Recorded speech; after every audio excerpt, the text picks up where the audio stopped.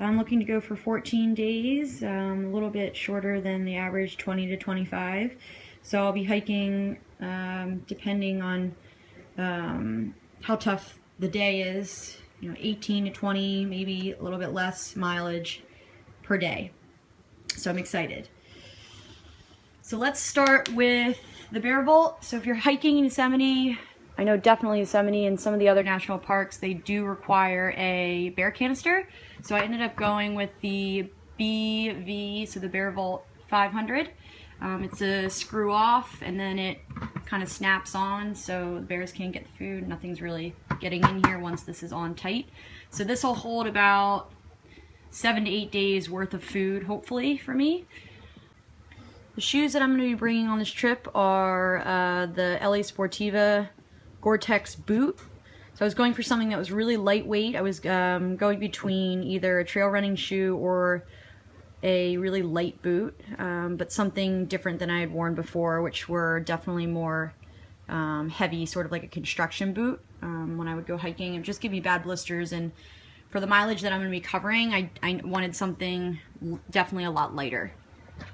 So I went with these. These are definitely water resistant and pretty durable according to the REI clerk, so that's good.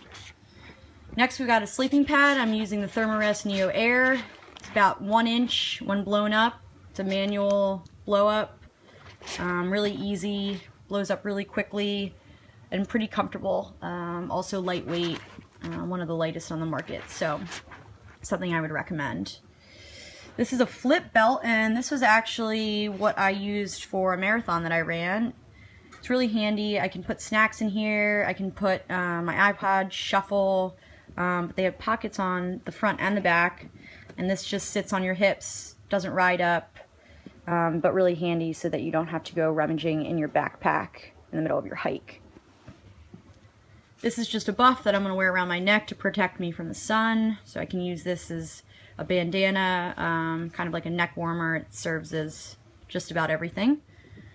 Let's see, this is the tent that I'm going to be using. It's the Big Agnes Seed 1, one-person tent, recommended by multiple people. So this is a little bit less expensive. It was around $200. So some of them, you can find some for a little less, some for a little more.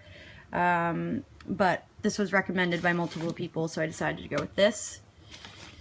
Let's see what else here. We've got our pack cover in case it rains. Okay, pretty basic, neon colored, just so I can be seen. Once again, really light. This is a sleeping bag that I'm using. I borrowed it from a friend. It is Mountain Hardwear Phantom, and it's a down sleeping bag. 0 degree bag, so it's going to keep me pretty warm. The weather's been a little suspect in the Sierras, so I'd rather be warm than cold. So I'm really excited about this. This is really comfortable. This is the stove I'm going to be using. It's the MSR Mountain Safety Research stove. Really easy to use. Okay, stove has no flame, so when you turn it on, it heats up under this mesh.